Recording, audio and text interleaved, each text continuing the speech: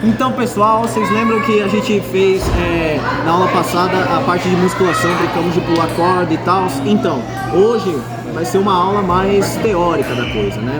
A gente vai falar sobre o que sente e o que precisa ser feito a respeito. Então, se você sentir, por exemplo, tontura, o que você tem que fazer? Você tem que parar com o movimento, dar uma respirada, abrir os olhos e se recuperar. E se você sentir náusea, não tem problema. O que você faz? Você para tomar o ar em um local mais aberto. E aí você bebe um chá, uma coisa quente, para ir voltando aos poucos, entendeu? É isso.